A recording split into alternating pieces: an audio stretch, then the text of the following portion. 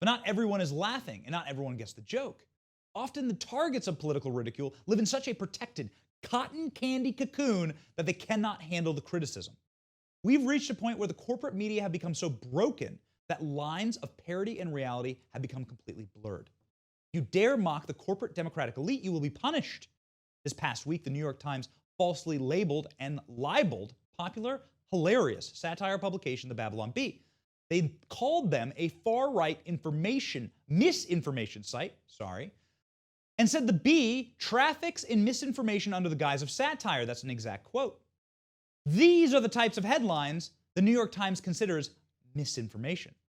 Biden visits southern border to play Despacito for migrant kids in cages. Hysterical.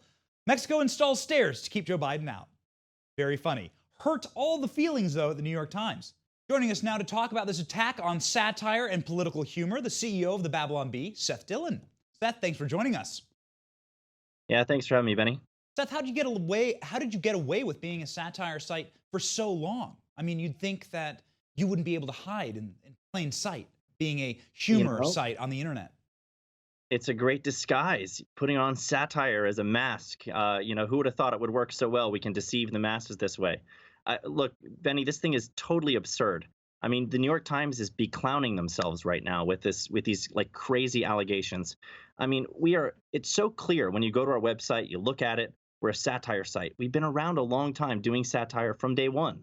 So it's pretty inexcusable for them to not even just suggest. It would be wrong if they just suggested that there's a question whether we're satire. They actually flat out defamed us by saying that we're not satire. We're pretending to be satire. That's just ridiculous. Yeah, the Babylon Bee is one of my favorite sites on the internet. I believe many of our viewers probably love your content so very much. Are you considering legal action? Because what this seems to be is a direct attack on your existence, trying to get you kicked off of social media so that our viewers, myself included, fans of the Babylon Bee, wouldn't be able to get your content.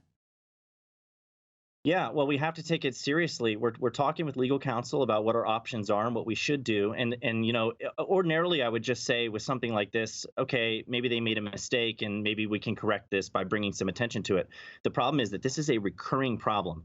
The liberal media keeps bringing this stuff up over and over again, where Snopes is trying to say that we're deceiving people on purpose. CNN personalities are saying that. New York Times is now. This is multiple times. The New York Times has said something like this. So what they're trying to do is get this narrative to stick, where they paint us as a source of dangerous disinformation, so they can have us deplatformed. Right. It's extremely irresponsible. It's inexcusable. And we can't let these lies stand because these are considered reliable sources. Like it or not, New York Times is considered a reliable source. Right. Next thing you know, our Wikipedia page is going to say that we're not a real satire site. We dabble in misinformation. We're trying to deceive people. That's right. So what do you say about the entire attack on comedy in the first place? It seems to be the attack is on the effective tools that the right now owns, memes and comedy, and they are perpetually going after those forms of communication because the left can't meme and the left is no longer funny. The Babylon Bee is both of those things. They can't. We're aiming at the wrong targets. That's one thing. They don't like the targets we're aiming at. But there's a bunch of different ways that they're attacking comedy and satire. Some of them are unintentional. One of the unintentional ways is they're making reality so absurd and insane, it's almost impossible to satirize. That's one thing they're doing.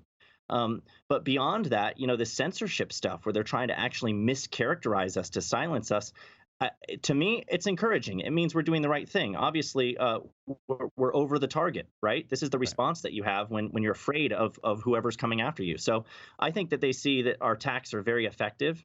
The ridicule that satire uses, the irony, the humor, the mockery is extremely effective.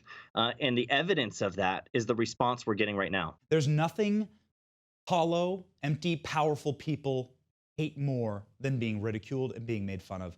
It's proven through despots and dictatorships all across the world. Seth, thank you so much for being here. Thank you, Benny. Keep going, man.